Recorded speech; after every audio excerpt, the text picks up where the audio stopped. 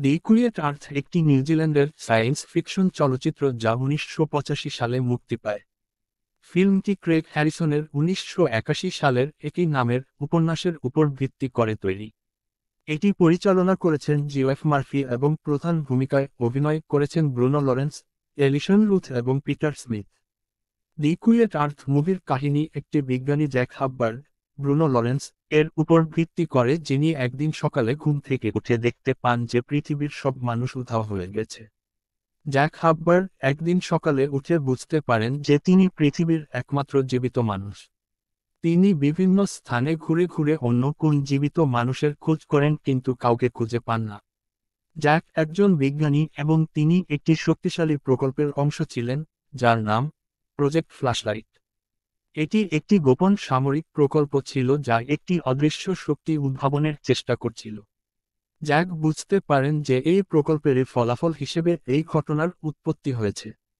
তিনি যখন বুঝতে পারে যে সে ছাড়া পৃথিবীতে আর কেউ নেই, তখন ঠিক করে সে তার নিজের বাড়ি ছেড়ে রাজপ্রাসাদে থাকবেন, যেই ভাবা সেই কাজ।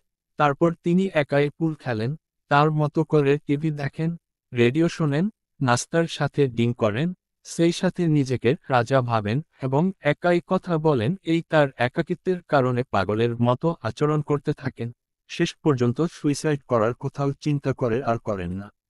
দীর্ঘ একাকী সময় কাটানোর পর জ্যাক একজন অন্য জীবিত মানুষ খুঁজে পান, যিনি একজন মহিলা যার নাম জন লরেন।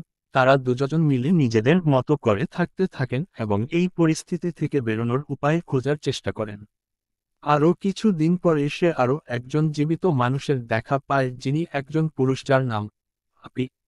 এই একাকিত্বের মধ্যে তাদের নিজেদের মধ্যে কিছু মানসিক ও সামাজিক দ্বন্দ্ব তৈরি হয়। তারা নিজেদের মনস্তাত্ত্বিক অবস্থার সাথে লড়াই করে এবং তাদের বর্তমান অবস্থা নিয়ে বিভিন্ন তত্ত্ব ও ধাঁধার সমাধান করতে চেষ্টা করে। সেই সাথে প্রজেক্ট ফ্ল্যাশলাইট মিশন সম্পর্কে ব্রুনো লরেন্স তাদের থেকে গোপন জরে যে এটি একটি গোপন সামরিক প্রকল্প ছিল যা একটি অদৃশ্য শক্তি উদ্ভাবনের চেষ্টা করছিল।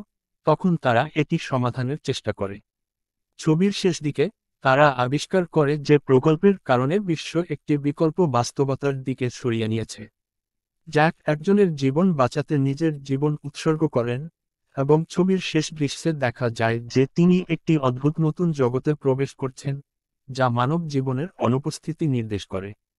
ফিল্মটি একাকিত্ব, অস্তিত্বের সংকট, বিজ্ঞান ও প্রযুক্তির অপব্যবহার এবং মানব প্রকৃতির বিষয়ে গভীর চিন্তা উদ্দীপিত করে।